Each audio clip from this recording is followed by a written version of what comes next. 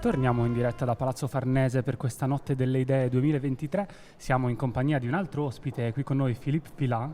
Buonasera. Spero di averlo detto bene. Sì, c'è in nostra compagnia anche la traduttrice per questa intervista, Cristina. Per cui, insomma, Philippe Villain, io partirei con introdurla. Lei è uno scrittore francese, appunto autore di tanti libri, però lei ha scritto anche libri su Napoli e l'ultimo libro che ha scritto sull'argomento è su Maradona. Ha scritto un libro su Maradona, quindi la domanda che sorge spontanea è perché?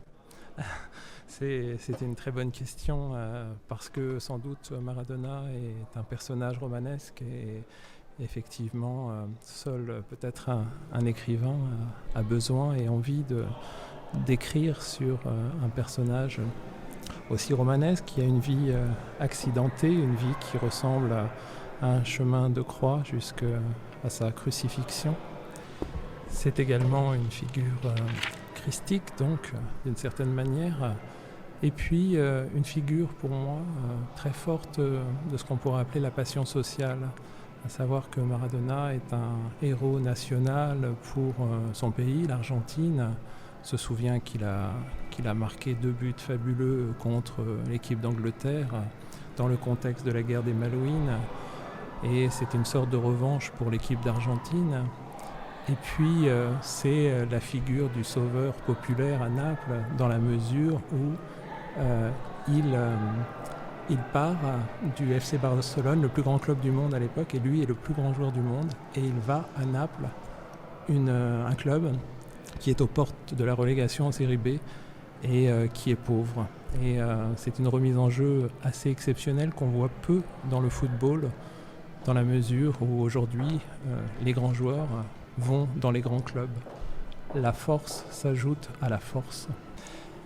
Et puis c'est surtout un grand joueur, le plus grand joueur des années 80, sans doute le plus grand joueur de tous les temps, un joueur très moderne, le joueur de football absolu, celui qui maîtrise la technique du jeu individuel et en même temps qui possède suffisamment de charisme pour posséder un sens aigu du collectif.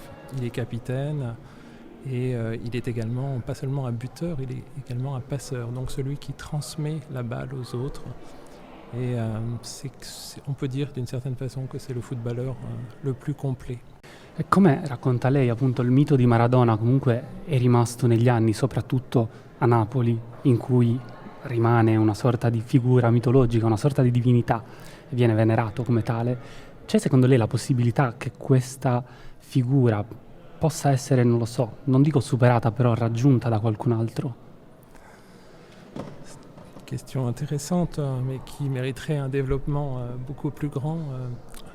Ce qui est fou, c'est que Maradona est resté dans le cœur et dans la mémoire des Napolitains 30 ans après son sacre. Donc ce qui est assez phénoménal.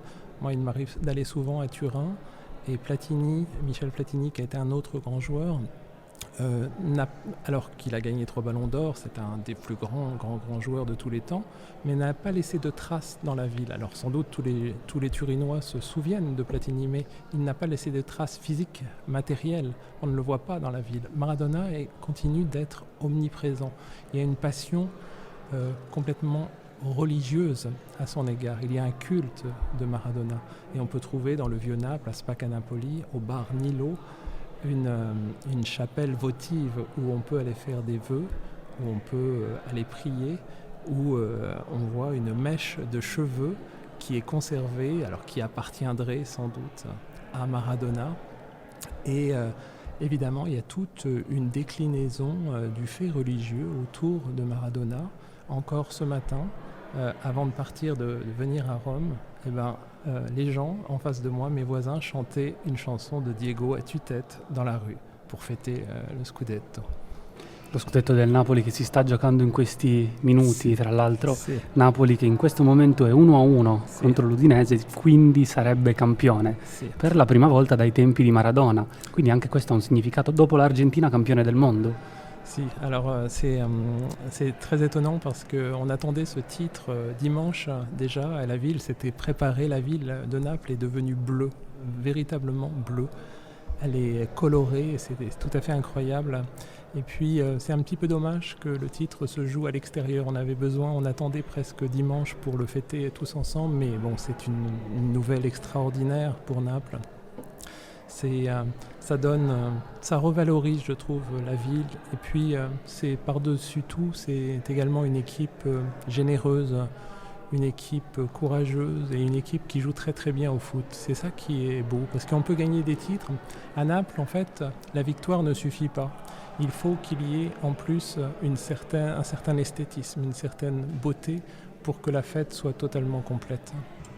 Lei prenderà parte ai festeggiamenti?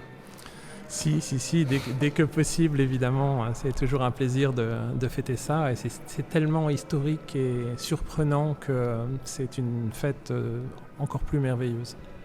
Noi ricordiamo insomma che lei presenterà il suo libro Maradona quest'oggi qui alla Notte delle Idee, quindi la potremo trovare. Adesso siamo un po' in ritardo credo con gli orari, quindi non vorrei dare indicazioni errate, però lei presenterà il suo libro tra poco e quindi parlerà, immagino, anche un po' più approfonditamente del libro, della figura di Maradona e della sua interpretazione, come ha fatto qui con noi quest'oggi. Io vorrei ringraziare nuovamente Philippe Filon per essere stato qui con noi e averci raccontato questa sua visione di Napoli, che da parte di un francese, insomma, è sempre interessante. Merci Grazie beaucoup. ancora. Grazie. Grazie.